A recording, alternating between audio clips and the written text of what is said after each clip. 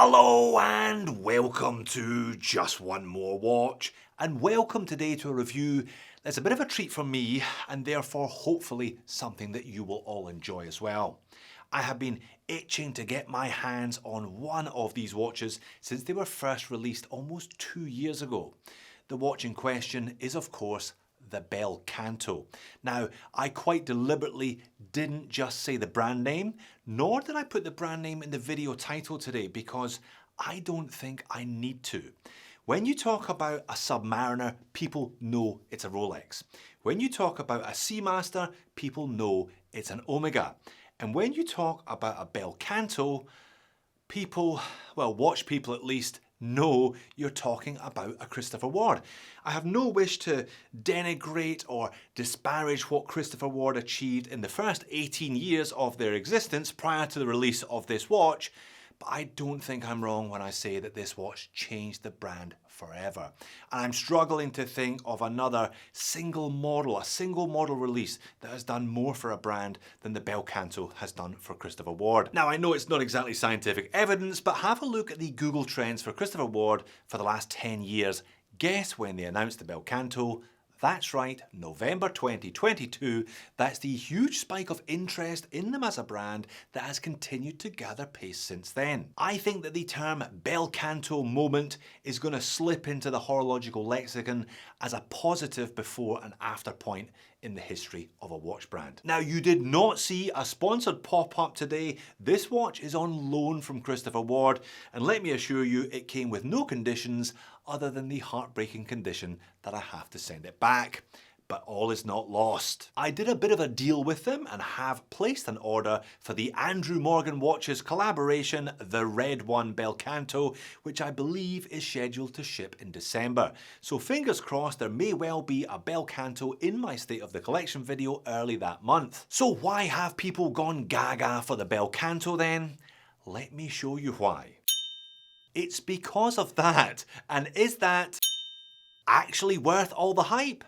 Let's find out. Well, for a watch that is without a doubt a bit special, the packaging is not. It is exactly the same new style compact Christopher Ward packaging they seem to be sending all of their models out in, from $600 and upwards. I will say one important factor in the purchase of any Christopher Ward, but I think especially this Christopher Ward, is the warranty.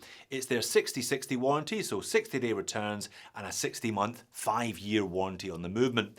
The movement of the Bel Canto is definitely not something you'd want to just throw at your local watchmaker, so a solid 5-year warranty backing it is very well received. And there it is. You've had a couple of sneak peeks already, of course, but this is the watch behind the hype. In parts thoroughly conventional, in parts thoroughly unconventional. I mean, if you caught a side profile of this one initially, you would think it was slightly tall, but you wouldn't think there was anything out of the ordinary happening. Until you look at the dial and are like, what on earth is going on here? And my friends, I will attempt to answer that very question just as soon as we get the basics out of the way, those basics being dimensions and specifications. And I'm sure you'll agree there's nothing here that jumps out at you either. Considering its esoteric nature, it's a watch that actually would be a really easy one to wear every day. It's 41.5mm in diameter, 13.1mm thick, with a lug-to-lug of 48, all perfectly reasonable. Lug width is 22, however, the bracelet tapers all the way down to 16.5, back up to 19 at the clasp. It therefore doesn't really look or feel like it's got 22mm lug width. Now, as sized for me and my 7-inch wrist, it only weighs 107 grams because, if you didn't already know, the Bel Canto is made of grade 5 titanium. Water resistance is sadly only 30 meters, and I say sadly despite the fact that I can't actually swim. Crystal is double dome sapphire, and the movement, well, the movement requires a bit of an explanation. As I said, Christopher Ward were kind enough to loan me this unit for review, so because it's not mine, I'm going to reward that kindness by taking the back off of it to show you the movement. I'm sure many of you will recognize it immediately. It's a Sellita SW200. For 3.5 grand, Jody? Well, yes, but it's not the back end that's particularly interesting, it's the front end we're more concerned with, because this particular SW200 is topped by Christopher Ward's own FS01 module. I'm guessing that module has 3 joules of its own, adding to the 26 of the Sellita, giving this one 29 joules in total. It has a 38-hour power reserve, but really, who gives a shit about any of that today, because the Bel Canto does this. Yes, that's right, that's why you pay $3.5 grand and wait 6 months so that your watch can do this. On the hour, every hour, if you want it to. We are a strange bunch, us watch people, are we not? For well under $20 you can buy a Casio that does this. On the hour, every hour, but for some reason we just don't find that quite as sexy. Well, I grant you the Casio doesn't look nearly as sexy as this does. The dial on the Bel Canto is stunning. Or should I say dials, because we have a sub-dial that's actually used for telling the time up there towards the 12. And all of the other plates, screws, cogs and rubies are to do with making that. In fact, if you watch it again, you can see the small hammer in the bottom left near the 8 moves to strike a twinned prong resonator that wraps all the way around the dial from the 11 until the 1. There are no less than 60 different moving parts that make up that FS01 module that is mounted atop the Sellita 200 to achieve that hourly hammer strike.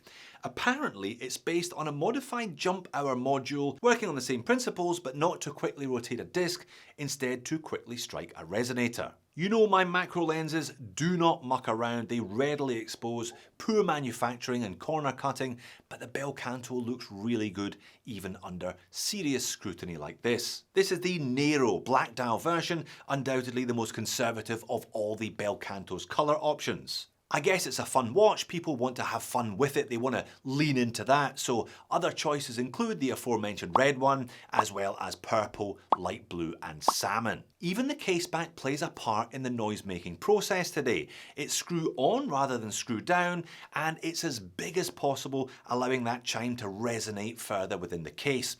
And those etchings are designed to look like sound waves radiating from their locus. The crown at the 130 functions as normal. It isn't screwed down, so winding it forward winds the movement. Pull it out to the first position, the movement hacks, and the tiny hour and minute hand can now be adjusted.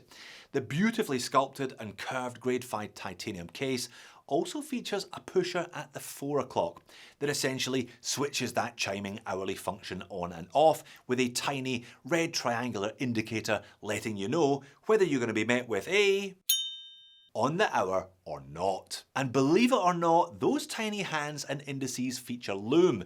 But be warned, if you do wake up in the middle of the night and have to check the time, get ready for a bit of a head wrecker because you're wearing a full-size watch, but the lume display is tiny. It looks like BGW9 and actually it does okay for itself.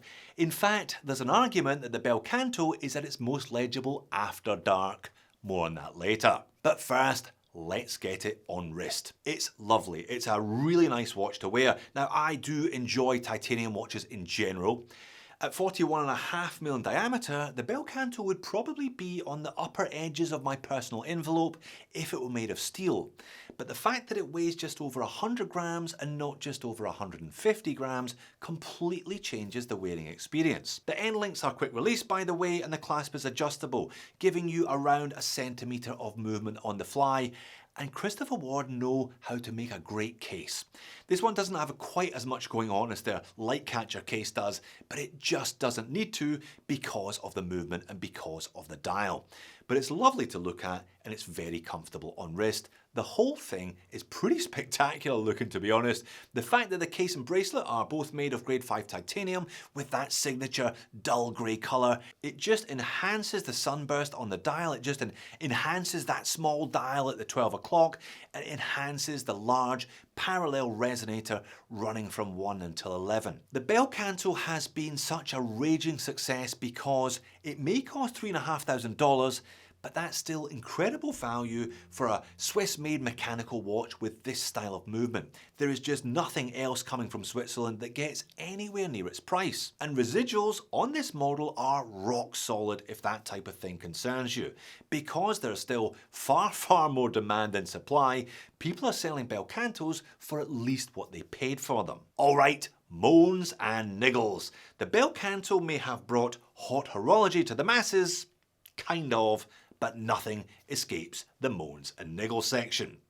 I've got a couple of material moans and then one more philosophical moan which I'll save for the end. Let's start with the material moans, and I kind of alluded to this earlier on with the packaging. This is not a cheap watch. This is going to cost you nearly 4,000 US dollars, 3,000 British pounds, or over 5,500 Aussie dollars. And the packaging is one of several elements here pretty much carried over from much further down the Christopher Ward range that perhaps should have been bespoke to this model. One other of those things is the bracelet. It's not bad, but it's pretty much the same bracelet that comes with the $800 C63 Valor, but just made of titanium rather than of stainless steel. It is nowhere near as good, for example, as the titanium bracelet that comes with the similarly priced Tura Pelagos. There is no doubt, therefore, that your money today goes on the complication rather than being evenly spread across the watch. And do bear in mind it has all the legibility of perhaps a 24mm watch, despite the fact that it is a 41.5mm watch. That upper chapter ring with those applied hour markers is 17.5mm across the middle, so you will need sharp eyes to read the time on a Bel Canto. And there is a chance that, after paying your deposit and waiting 6 months to take delivery of your Bel Canto, that you will take it out of the slightly underwhelming box, peel off the stickers for the first time, give the movement a wind, excitedly roll the hands round to 59 minutes past the hour, wait with bated breath to be met with, and find yourself just slightly underwhelmed? So, if you're going to order one of these, if you're going to pay the big bucks for a Christopher Ward, albeit one that undercuts the competition by many thousands of dollars, just be sure you know exactly what it is you're buying and why you're buying it. And this model may have changed the global image of Christopher Ward. It may have opened up new markets and got people interested in the brand who simply weren't interested in it before. But it also has undoubtedly enabled Christopher Ward to push their prices up 1 or 2 brackets. I have been saying for years that Christopher Ward make the best watches around the 1,000 US dollar mark. But nowadays, they don't actually make many watches around the 1,000 US dollar mark. Their new stuff is fantastic, but it is increasingly aimed at taking sales away from Oris, from Longines, from TAG and from Tudor, rather than encouraging people who otherwise would have bought a Seiko perhaps to spend a bit more money. If you have been a fan of Christopher Ward for 5 years, for 10 years, perhaps even longer than that, you will know exactly what I mean. And you will also be hanging on to your early CWs, knowing just what great value they actually were. But if you put your money down for one of these and you know what you're buying, you are unlikely to be disappointed. You're buying a beautifully made, gorgeous looking piece of horological art that you simply cannot get at this level, at this price, from any other big brand. It won't make you a cup of tea, it won't fold your laundry, but it will go on the hour, every hour, if you want it to. So there you have it, I'm fine with that, I can make my own tea, and I'm really excited to get my red one later this year. It's a proper statement of intent by the brand, and it'll be a proper statement piece in my collection when it comes. I can't wait. Well done for making it all the way to the back end of the video. While you're here, why not check out another couple of Christopher Ward's new releases, the C63 Valor chronograph at one end of the scale and the 12X at the other. Thanks for watching this one. I'll see you again in the next one.